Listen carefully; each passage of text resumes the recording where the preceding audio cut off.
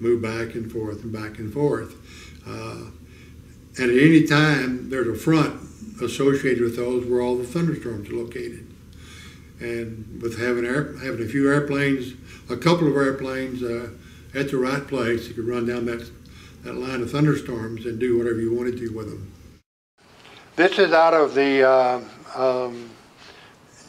June 1974 Science magazine.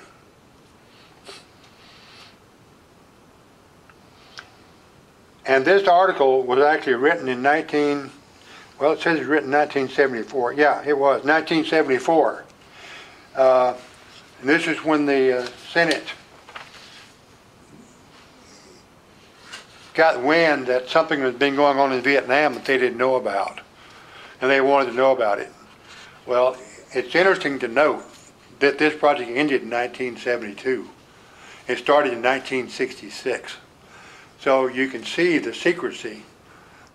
Senator Pale was a kind of aggressive senator about people doing things that the Senate didn't know about. He got wind of it and he asked for a briefing. And a Colonel Sasser, I believe his name was, may have been something else, but a colonel, Air Force colonel, gave them a briefing, gave his committee a briefing, and told them it had been going on since in a research configuration from 1966 to the present time. President Johnson was very mild. It turned out that he had known my father. So we had a little old homecoming there for just a few minutes. And then he asked me what I was doing and told me he had read and been briefed on what we were doing and how we were doing it. And he asked me my opinion of it and asked if I thought that we could continue that. I said, well, I see no reason why we can't continue it, because we'll have the same kind of weather coming up again in March of next year, and we can seed and make rain right into the monsoon system.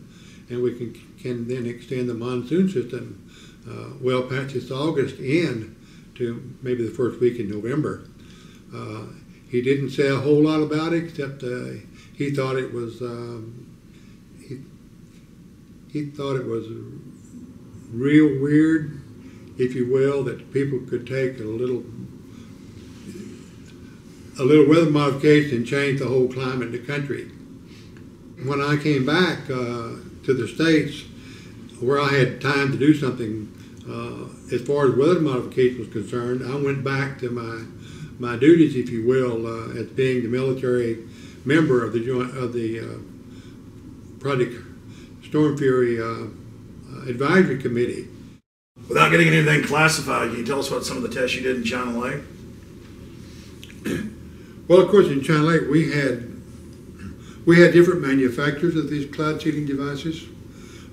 We had different yields for them. We had different burn times on how fast we wanted to put all this nuclei out. And so we tested all those things in China Lake. We'd pick a cloud out in the middle of the desert out there. We had 100 miles test range out there that belonged to the Weapons Center. And we'd just pick a thunderstorm and go do what we wanted to with it. By 1969, we had all the latest state-of-the-art equipment in a number of airplanes, and we also had aircraft equipped with dispensing equipment to put silver iodide into a hurricane. The hypothesis for how to do this had been designed, developed by Dr. Joanne Simpson, and her husband, Dr. Robert Simpson, was the director of Project Storm Fury for a number of years. And we followed her hypothesis, which said that if you seed enough clouds in the right front quadrant of a hurricane where the energy cells are, you may build a second eye, or at the minimum make this original eye much bigger, which meant you have a reduction in wind velocity. Tell us again, Mr. Livingston, Ben, just exactly who Mr. Simpson is. Dr. Simpson, at the time Project Storm Fury started, he was the head of the United States Weather Bureau. With the funds being made available for Project Storm Fury, they created a new department, or new entity of government called the National Hurricane Research Center. And Dr. Simpson, Dr. Bob Simpson, was the director of that group. So he's preeminent.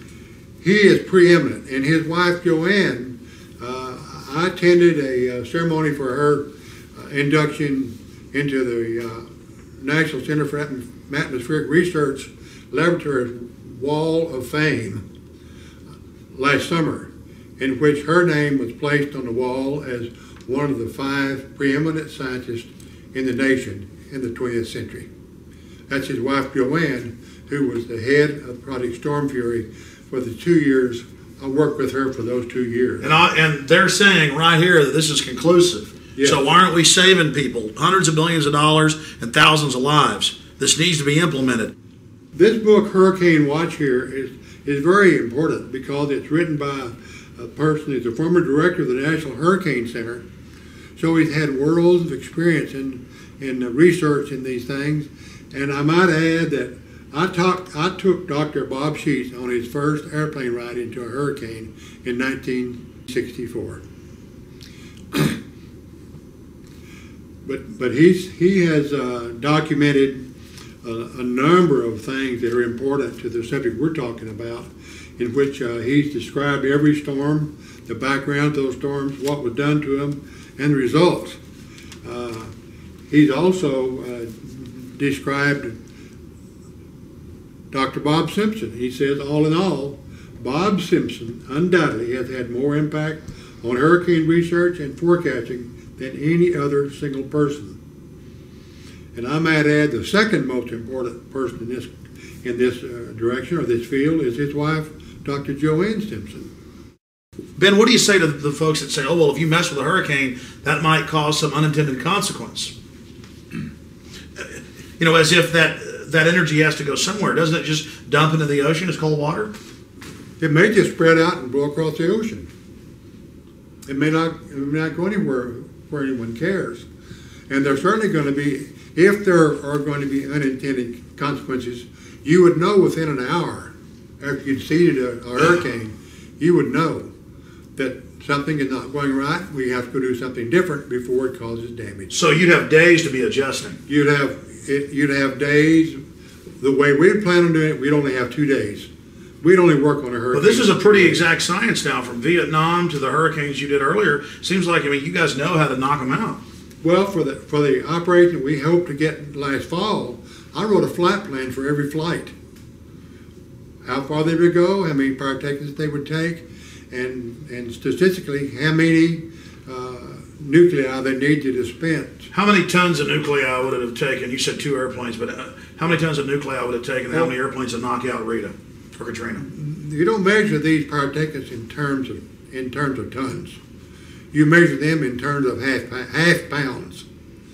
So a cloud seeding device with 14 grams of silver iodide mixture in it that produces 10 to the 13 nuclei per gram weighs about 1/3 of a pound. So 400 of those things weighs 120 pounds.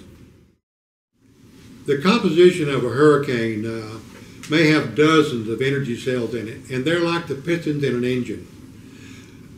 They just chug, chug, chug. They get stronger and stronger and stronger because they feed off the warm air below them.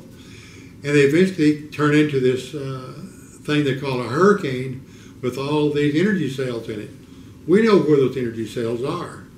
We know what makes them tick. We have the materials, if you will, to alter those energy cells and decrease the maximum surface winds in a hurricane.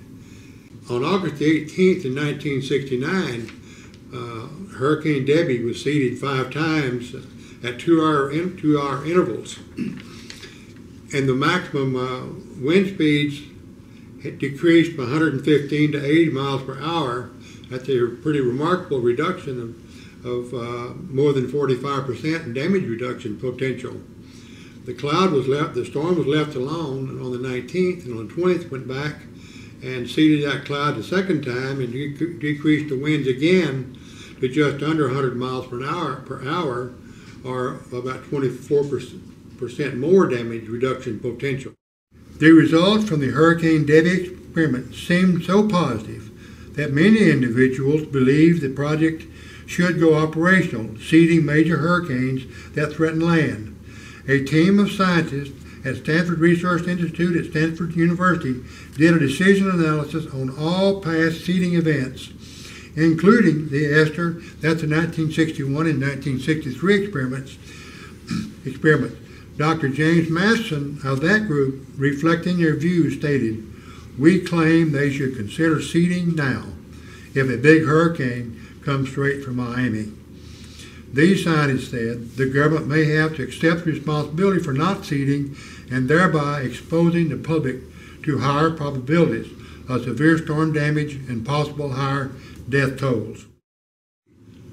A number of people, scientists if you will, who didn't necessarily endorse applications engineering in these storms. They thought they needed more scientific data.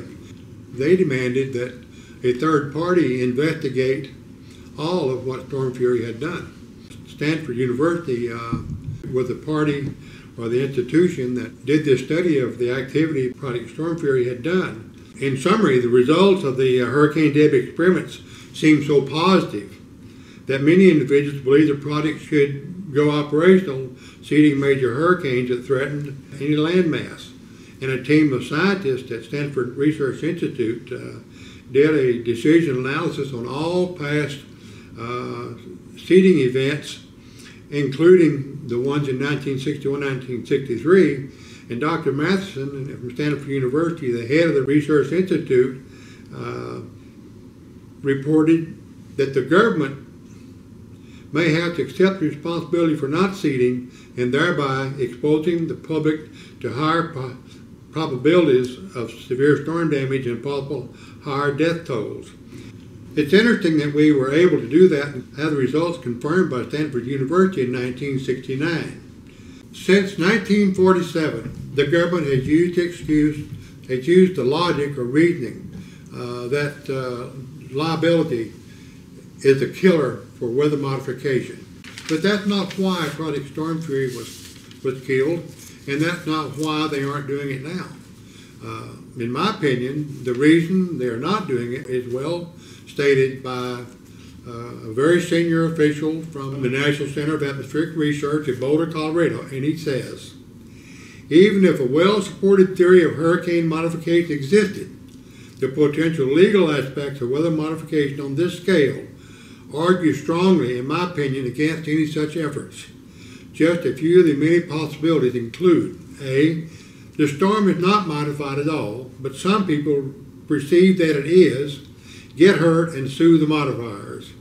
The storm is modified according to theory, but still does significant damage, and some people blame the modification on the damage, even though the modification actually reduced the overall damage and impact.